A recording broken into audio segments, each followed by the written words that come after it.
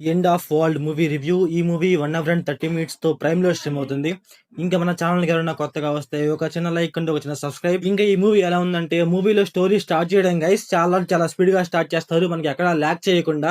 ఇంకా movie 90 to 80% వరకు base అయి ఉండేది సీజీ అండ్ విఎఫ్ఎక్స్ మీద. బట్ ఏంట్రా అంటే, మూవీలో CG and VFX guys worst అంటే వరస్ట్ గా ఉంటాయి. అసలు ఏంటంటే, ఆకాశం నుంచి ఏవో మెరుపుల్లాగా పడతా ఉంటాయి. అసలు వాటిని చూపించే విధానం గైస్ వరస్ట్ అంటే వరస్ట్ గా చూపిస్తారు. అలాగే ఏంటంటే, ఒక కొండ మీద మెరుపుల్లాగా కొన్ని పడేసి ఆ కొండ పడిపోతా ఉంటది. ఆ కొండ పడిపోయే దగ్గర విఎఫ్ఎక్స్ అండ్ సీజీ ఉంటది గైస్, వరస్ట్ అంటే వరస్ట్ గా ఉంటది. మూవీలో ఏంటంటే మినిమం లో మినిమం అయినా సరే సీజీ అండ్ విఎఫ్ఎక్స్ బాగుండవు. సరే, మూవీలో ఒక డిఫరెంట్ కాన్సెప్ట్ తీసుకున్నారు, ఓకే, అదైతే చూడటానికి బాగానే ఉంది. కాకపోతే అదేమైనా బాగుందా అంటే, లిటరలీ గైస్ నాకైతే అస్సలు అంటే అసలు వర్కౌట్ అవ్వలేదు. అంటే ఒక స్టోరీ తీసుకున్నారు, దాన్ని చూపించే విధానం గైస్ వరస్ట్ అంటే వరస్ట్ గా చూపిస్తారు. మూవీలో ఏంటంటే ఏదో సైంటిస్ట్ లాగా మాట్లాడుతూ ఉంటారు, వాళ్ళు ఏదో మాట్లాడుతున్నారో మనకేం అర్థం కాదు.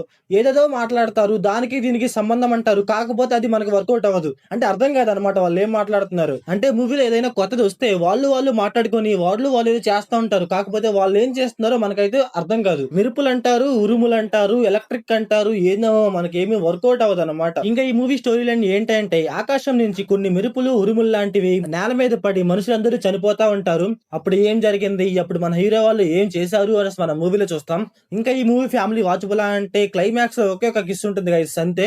ఇంకా మూవీ మొత్తం చూడొచ్చు అనమాట, ఎక్కడ 18+ సీన్స్ అయితే ఉండవు. ఇంకా ఫస్ట్ ఆఫ్ ఆల్ ఏంటంటే, మూవీ విజువల్లీ బాగుంటది గైస్, నాకైతే వరస్ట్ అంటే వరస్ట్ అనిపించింది విజువల్ గా అయితే.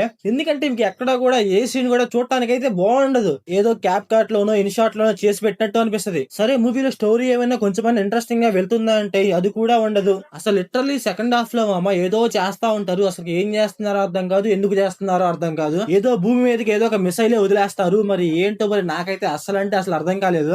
మూవీలో డైరెక్షన్ విజువల్స్ నాకైతే నచ్చలేదు గైస్. సో ఓవరాల్ గా మూవీ ఎలా ఉందంటే నాకైతే నచ్చలేదు. మీరు మూవీ చూసుకుంటే మీకు ఎలా అనిపించిందో కామెంట్ చేయండి. So thanks for watching.